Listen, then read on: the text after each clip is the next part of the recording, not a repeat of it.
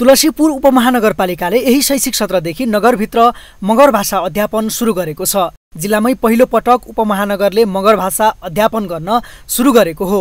नगरले विद्यालयमा भाषा पढाउन सुरु गरेपछि मगर समुदाय उत्साहित भएका छन्। नेपालमा 3 प्रकारका मगर सम्प्रदाय बसोबास गर्दछन्। अथार, बार र काइके सम्प्रदाय हुन्। भाषिका एउटै भए पनि मगर भाषाभित्र पनि उपभाषा रहेका छन्। खाम, ढुट र काइके लगायतका भाषा मगर समुदाय बोल्ने गर्दछन्। सोही अन्तर्गतको विद्यालयमा ठुट भाषाको पढाइ सञ्चालन गरिएको छ। तुलसीपुर एक भम्के मगर क्षेत्रको बाहुल्यता रहेको स्थान हो। तर मगरका नयाँ पिँढीले आफ्नै भाषा बोल्न जान्दैनन्। भम्केमा पछिल्लो पुस्तामा यो भाषा बोल्न आउँदैन। नगरले नगरको वडा नम्बर 1 स्थित वीरेन्द्र मावि भम्केमा यसै शैक्षिक सत्रबाट भाषा पढाउन सुरु गरिएको हो।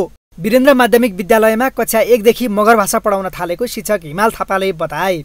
यसमा समस्या धेरै छ सर। अहिले जस्तो मैले 0 लेभलबाट सुरु गरिरहेको छु। अहिले केहीले चाहिँ थोरै बुझ्छन् केटाकेटीले, अब केहीले चाहिँ एकदमै 0 छन्। त्यसले गर्दाखेरि गाह्रो चाहिँ भाषा। अब हरेक कुराका समस्याहरू छन् त। अब आर्थिक कुरा भए, अब सामाजिक संस्कारका कुराहरूमा पनि कसैले अब सिक्नुपर्छ भन्ने छ, कसैले यो सिकेर पो के हुन्छ र भन्ने छ। समस्याहरू छन्। तर समस्याका बावजुद पनि अब केही हाम्रो मगर बुद्धिजीवीहरूको राय सल्लाह अनुसार चाहिँ अब चाहिँ हामीले आफ्नो भाषा चाहिँ जगेर्ना गर्नुपर्छ, आफ्नो लिपि चाहिँ जगेर्ना गर्नुपर्छ। वास्तवमा यसले गर्दाखेरि के हुन्छ त भन्दाखेरि नेपालको इतिहास, नेपालको पहिचान बचाउने भने यो संस्कृतिहरू पनि हो भन्ने मान्यताका अनुसार चाहिँ हामीले यो क्लास रन गरिरहेको। पाठ्यक्रम विकास केन्द्रले नै 1 देखि 5 कक्षासम्मको बुकहरू चाहिँ पब्लिस गरिसकेका छ। नगरले भाषा अध्यापनका लागि यस सालु आर्थिक वर्षमा 1 लाख अनुदान उपलब्ध गराएको छ। कक्षा 1 देखि कक्षा 5 सम्ममा भाषाको पढाइ सुरु भएको छ। माथिल्लो कक्षामा अध्ययन गरिरहेका इच्छुक विद्यार्थीले समेत अध्ययन गरिरहेका छन्। मगर भाषा अध्यापनको लागि पाठ्यक्रम विकास केन्द्रले कक्षा 1 देखि कक्षा 5 सम्मका लागि पुस्तक प्रकाशन गरेको छ। केन्द्रले पर्याप्त पुस्तक उपलब्ध गराउन नसक्दा भने विद्यार्थीलाई पुस्तक अभाव भएको छ। आर्थिक स्रोत तथा पुस्तकको लागि नगरले पहल गर्दै आएको छ। पाठ्य विकास केन्द्रले पाठ्य सामग्री उपलब्ध गराएपछि नगरले प्रकाशन गर्ने बताएको छ। नगरभित्र मगर भाषामा अध्यापन हुन थालेपछि मगर समुदायका नयाँ पुस्ता उत्साहित छन्। घर आँगनमै आफ्नो मातृभाषामा पढाइ हुन थालेपछि खुसी लागेको कक्षा 9 मा अध्ययनरत रबिना ठाडा मगरले बताइन्। अनि यो पढाइ भएपछि अब सिकिन्छ जस्तो लागेछ। त्यस्तै कक्षा 9 मै अध्ययनरत छात्रा जानकी ठाडा मगर मातृभाषामा पढाइ सुरु भएपछि खुसीको प्रतिक्रिया दिइन्। भाषा संस्कृति मानवको अभिन्न अङ्ग हो। जीवन पद्धतिसँग सिधा जोडिएको भाषा पहिचान मात्रै होइन, गौरवको बिम्ब हो। मगर भएर पनि भाषा ज्ञान नहुँदा यस क्षेत्रको मगर भाषा पुस्तान्तरणसँगै लोप हुने अवस्थामा छ। लोप हुने अवस्थामा पुगेको मगर भाषाको उन्नयन र प्रवर्धनको लागि नगरले पहल गरेपछि छात्रा जानकी ठाडा मगर पनि खुसी व्यक्त गर्छिन्। घरमा बोल्छन् नि। विद्यालय समयपछि भाषाको पढाइ हुने गर्दछ।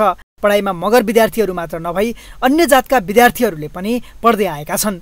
यसरी मगर भाषा पढ्न र सिक्न पाउँदा अन्य समुदायका विद्यार्थी पनि खुसी छन्। सुरुका दिनहरूमा भाषा बुझ्न समस्या भए तापनि ज्ञान र त्यसको अभ्यासले सहज हुँदै गएको विद्यार्थीहरू बताउँछन्। अब भाषाहरू रोप्दै गएको कारणले सरहरूले सिकाइरहनु भएको छ। एकदमै ठिकै लागेको छ। कति पनि जान्दैन थिए। जबदेखि सरहरूले औपचारिक कक्षा सञ्चालन गर्नुभयो तबदेखि अलिअलि बुझ्छु। मगर भाषा पाठ्यपुस्तक र स्वर 6 वटा छ भने नेपाली भाषा 13 वटा छन्। त्यस्तै क ख पनि नेपालीमा 26 वटा भए तापनि मगर भाषा 26 वटा मात्र हुने गर्दछ। मगर समुदायमा काइके, खाम र ढुट गरी 3 खालको भाषा भए तापनि विद्यालयले ठुट भाषा सिकाउँदै आएको छ। तुलसीपुर वडा नम्बर 1 मा 40% मगर समुदायको बसोबास छ। समुदायको माग अनुसार नै विद्यालयमा यो पढाइ सुरु भएको हो। मगर भाषाको अध्ययन गर्दा विद्यार्थीले कुनै पनि शुल्क बुझाउन नपर्ने वडाध्यक्ष लक्ष्मण भण्डारीले बताए। हामीले यो खास गरेर यो हाम्रो वडा नम्बर 1 मा जनजातिमा मगर जातिको बस्ती अलिक बढी बस्ती तपाईँको 25 देखि 40% मगरको बस्ती भएको पहाडी एरिया पऱ्यो। त्यसले गर्दाखेरि अब चाहिँ यहाँ धेरै जनमानस के आयो भने अहिलेको नयाँ जेनेरेसनमै चाहिँ हामी भाषै बोल्दैन हाम्रो नानी बाबु भन्ने कुराहरू आइरहेकाले गर्दा हामीले यहाँबाट सुरु गरौँ। अहिले यो वडाबाट भोलि बिहान इन्ट्रेस्ट भयो यो भाषा चाहिँ लिपि भाषा मगर भाषा लिपि चाहिँ लोप हुन थाल्यो भने त्यसलाई चाहिँ संशोधन गर्नुपर्छ भन्ने सोचको साथ भन्दा पनि चुनौती के छ भने पाठ्यक्रम पूर्ण रूपमा चाहिँ यसको पाइँदो रहन्छ।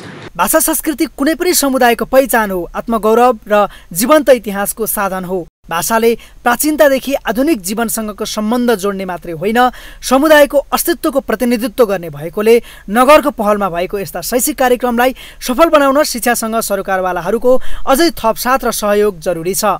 एबिसी रिपोर्टर विकास डाङ्गे, तुलसीपुर, दाङ।